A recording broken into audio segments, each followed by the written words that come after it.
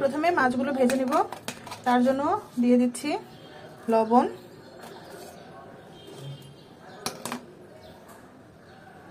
মরিচের গুঁড়া, হলুদের গুঁড়া আর দিয়ে দিব সামান্য জিরার গুঁড়া। এখন মাখিয়ে নিচ্ছি। মাখানো হয়ে গেছে, এখন ভেজে নিচ্ছি।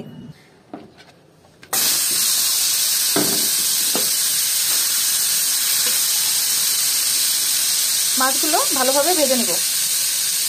মাছগুলো ভাজা হয়ে গেছে, এখন তুলে নিচ্ছি। এখন একটি কড়াইয়ে তেল দিয়ে নিয়েছি, তেলে দিয়ে দিয়েছি মরিচ কুচি, দিয়ে দিচ্ছি পেঁয়াজ কুচি, দিচ্ছি লম্বা করে কেটে রাখা আলু। পেঁয়াজ মরিচের সাথে আলুগুলো একটু ভেজে নেব।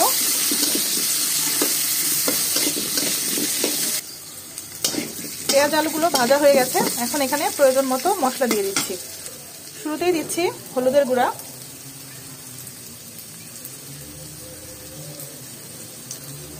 মরিচের গুঁড়া, লবণ আর দিয়ে দিচ্ছি জিরা গুঁড়া। সামান্য একটু পানি দিয়ে ভালোভাবে কষিয়ে নিচ্ছি। আলুগুলো মশলার সাথে খুব ভালোভাবে কষানো হয়ে গেছে, এখন এখানে ঝোলের জন্য পানি দিয়ে দিচ্ছি।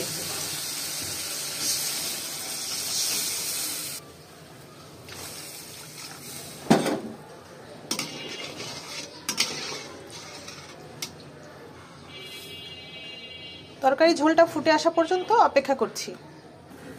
তরকারিতে সুন্দর বলক চলে এসেছে, এখন ভেজে রাখা সেই মাছগুলো দিয়ে দিচ্ছি।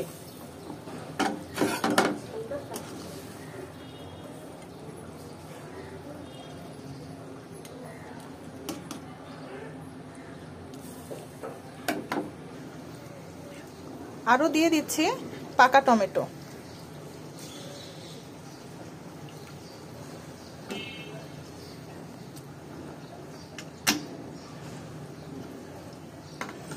এখন ঝোলটা কমিয়ে নিলেই হয়ে যাবে।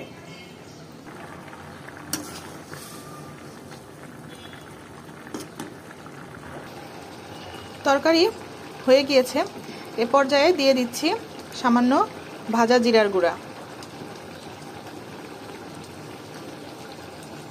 আর দিয়ে দিচ্ছি ধনেপাতা।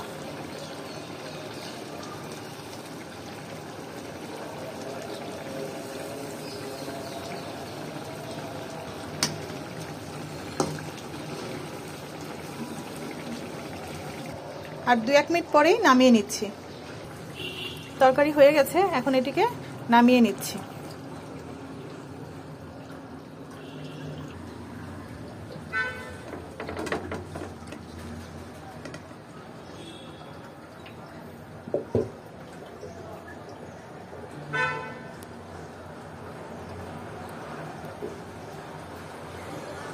তৈরি হয়ে গেল খুবই মজাদার আর সুস্বাদু শোল মাছের ঝোল।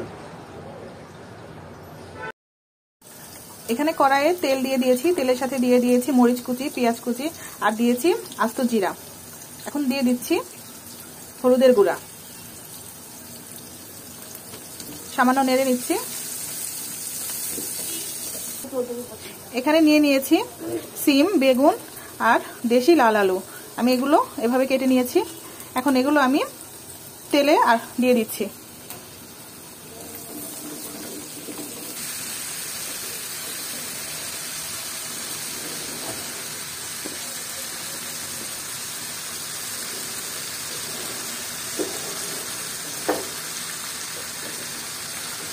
এটাকে খুব সাবধানে নেড়ে দিতে হবে। এখন এখানে দিয়ে দিচ্ছি পরিমাণ মতো লবণ।